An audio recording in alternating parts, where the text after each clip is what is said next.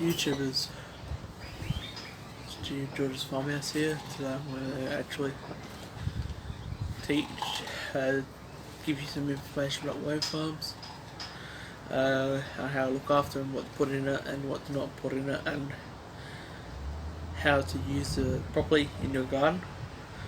This video might have interference with wind noise and also airplane flight past, which is we're right in the flight path of the airport.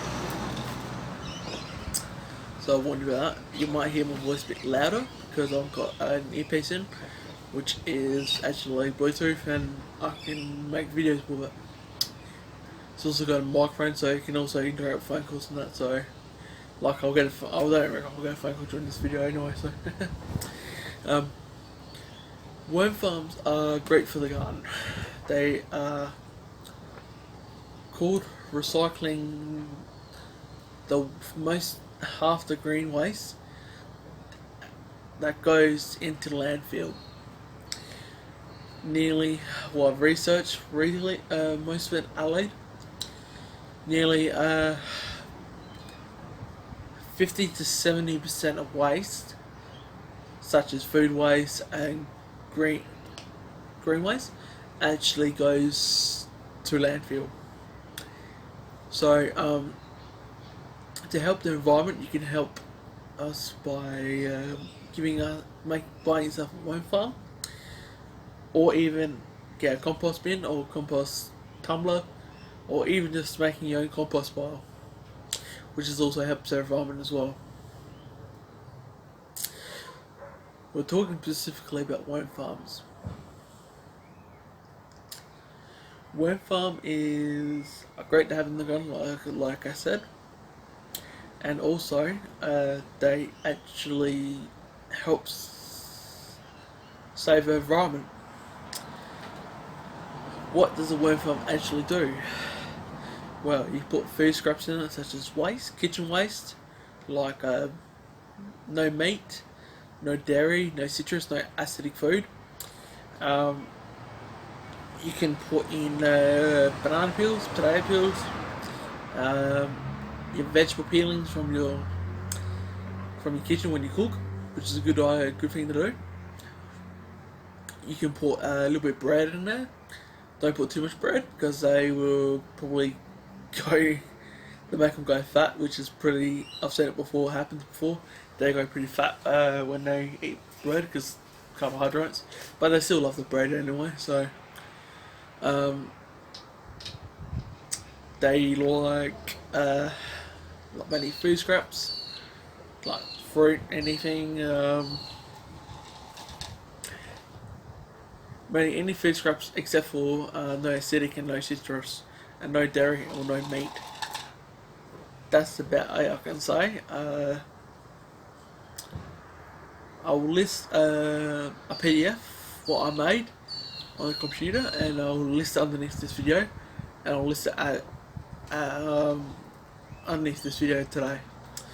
I'll list it under my Dropbox account, so you can go have a look at that. So, basically, worm farms are great for the garden, like I said. They reduce the amount of waste that goes to the landfill, because nearly 3/4 of food waste actually goes to landfill. And if you use a worm farm or even collect the food waste, any of them. Sorry for this move there. You can put it straight in the green waste bin, and then the green council will just pick it up whenever they're ready. Or if you want to get those composting bags, fill them up and take it to Jeffreys, which is in Adelaide. And Jeffreys in Adelaide is a local soil and composting company which creates compost for the public, because they do exactly the same thing as what the compost pile does and what they do with worm farms. So yeah, worm farms are basically where you put your food scraps in. The worms eat that food scraps and turns it into, as known as juice, or worm tea, or worm juices. There's a couple of different names you can call worm tea. There's worm tea, there's worm juice, there's compost tea. My preference, I would like to call, is worm tea fertilizer. And normally it should come out from a different variety of colours, ranging from light yellow to absolutely dark black, dark brown or dark black liquid. It depends on what type of stuff you feed them and how much they produce per week.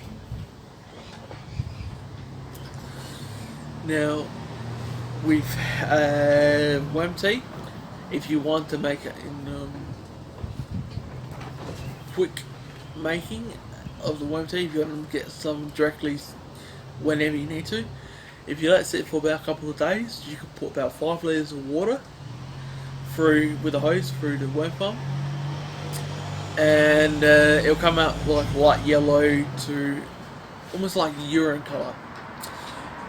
But no, it's not urine, it's actually fertiliser, as you can see, but it's half diluted. The way I normally do it, since I do it commercially, like I recycle these food waste, and my worms eat it pretty fast. I've got tons of worms in the worm farm. I own 2 worm farms in my collection. I own the Cano worm, which is made from tumbleweed. It's the best one I would recommend for starting. And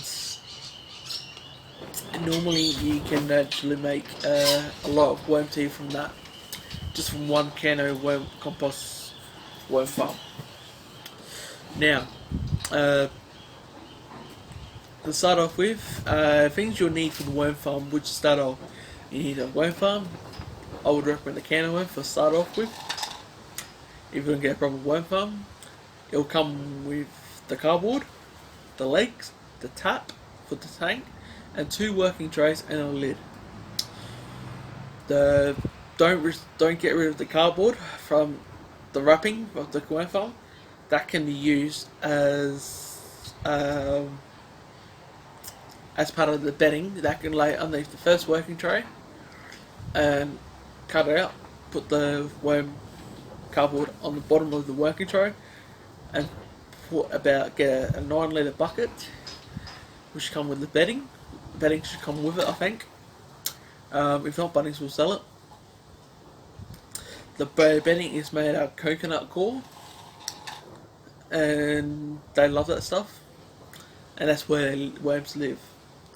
The composting, the coconut coir, you need to put in the bucket, fill water roughly about 5 to 6 litres. Don't put any more of that because it will just be too soggy. And just let the coconuts sit in the water, and it should absorb all that amount of water that you put in the bucket, and return in nice thick bedding, which is actually good for the worms. Put it in the first bottom working tray, then put the second working tray on top, and then put the food scraps in there, and then the worms will come up and eat it. Eat all those food scraps. And then you will need to buy a Hessian bag. You can use Hessian bag, newspaper, whatever you want. The one I would prefer using is what Tumbleweed supply. There's this blanket, which actually is a circular blanket, especially for the Tumbleweed Cano, and you can actually buy that. It's about $11.20 extra on top of the worm farm and the worms, and they'll love that, and that will keep the light out of the sunlight and the daylight out of the worm farm and keep a nice dark, cool place. It also helps to retain moisture in the worm farm as well, so I do give you that tip as well. So maintaining the worm farm, well, make sure you don't put any of the stuff I just mentioned, or the stuff I'm going to use as supply in the PDF form. So yeah, I'm going to link it to my Dropbox account if I create one, and you can go have a look and you can download it yourself. It'll be listed on the PDF, so you will need to have an Adobe Adobe Acrobat Pro, or even Reader, which doesn't mind. DC Adobe Acrobat Reader will do as well, or any PDF supporting platform. But I would recommend Adobe, which is going to be the safest option, and it's free as well if you want to get the Reader version, and it'll work fine with that. All the lists that I would recommend, and that's why I supply my suppliers. That actually gives me the food scraps, and yep, that's basically what I'm going to explain to you. And I'm going to show you in probably the next couple of videos, or maybe in the next few days or weeks, because I'm really busy in my farmhouse. I'll show you my worm tea setup and my worm farm setup, with the tanks, the pumping, and the plumbing and stuff like that, the way I set up. And this is what I do as a job, is sell worm tea fertilizer to the public, commercially, domestically, and also interstate. I do not sell it overseas because it's because of shipping regulations. Some company of planes do not actually allow to fly fertilizer. It's because it can classify as a class of explosive, as known as dangerous goods. So I've got a contract with a company which actually sells I can ship my worm tea interstate, which is not too bad. I'm not going to recommend the name because I want to keep that private. So yeah, I hope you like this video, guys. Sorry about the wind's picking up now. You're underneath you're filming. I'm filming underneath a gazebo. Keep the sun out and the light out. You can still see a bit of light going through. So yeah. Hope I give you some good information. Like I said, do not put dairy, meat, citrus, or acidic food into the worm farm. You'll kill them. And if you want the worm farm to be more active, you can go to Bunnings, into the Green Life area, and you can go to the potting mix section or composting section and of the aisle, and you can look for the Rich Grow compost. It's actually I think it's a 25 layer or 30 layer bag, and it's about $3.95, $4, and just get one bag of that and put a little bit of that in the worm farm, and they'll love it. They'll thrive with that stuff. And with the worm castings, after when it gets too full, don't throw the castings away. Try and get a container and do a little bit at a time. Get some gloves to be on the safe side. If you're scared of touching that by hand, I'll just recommend some nitrile gloves, examining gloves for medical or cleaning. That'll do. Just use one pair of those and put the tray on the top, and get a handful of the castings, put on a table like I've got here, and just retrieve the worms from it and put it in a safe container, and save the worms, and you can use it for the next season when you do a lot of worm farming. So you can always recycle the worms. They'll love it, and they keeps them alive as well. And you'll save them from going into the garden when they can be even actually eat more scraps when their lives are still live. So do that. I know it's a pain in the ass. It will take a slow process to retrieve all the worms, but once you get all the worms and the castings out, you'll be fine. So yeah, thank you for watching. I'll end this video. This video's been going on for a while, so have yourself a great day. And I'm going to turn off this recording by a remote, so I don't have to go to a camera. So thank you for watching. Have yourself a great day, and you can go to my Patreon page, which is patreon.com/George's Farmhouse. donate some money there. I appreciate it. And you can help me by supporting my business.